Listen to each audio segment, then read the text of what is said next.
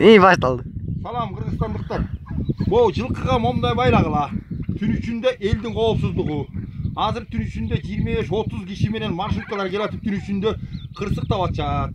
Мына түн ішінде отражатель мына бар екен. Мына болар, полоска. Болардың барын байлағыла. Түн ішінде чагылышат екен. Жарықтан.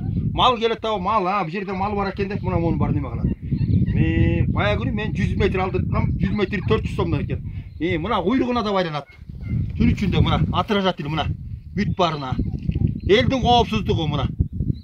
Мен Ысыккөл областы Тоң районы Бөкенбаев айылы Күнчыгыш айыл өкмөтүнөн боломун. Мен 2010 жылдан бери байлап келем ушинтип. Элдин коопсуздугун сактап.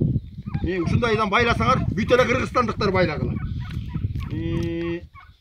Бир жылкыны сүзүп алып 30 кишинин өлүмүн каалабайм мен. Ошон үчүн мына түн ичинде жылкыны алыс айдайсың, жакын айдайсың. Баары деле мал аягы 8 деген кеп бар экен, мына момуну байлап койсоң анан балким түн ичинде бирдемеден үркүп жол жээкке чыга калса, машиналар сүзүп кырсыктап атышат. Мына момуну байлагыла.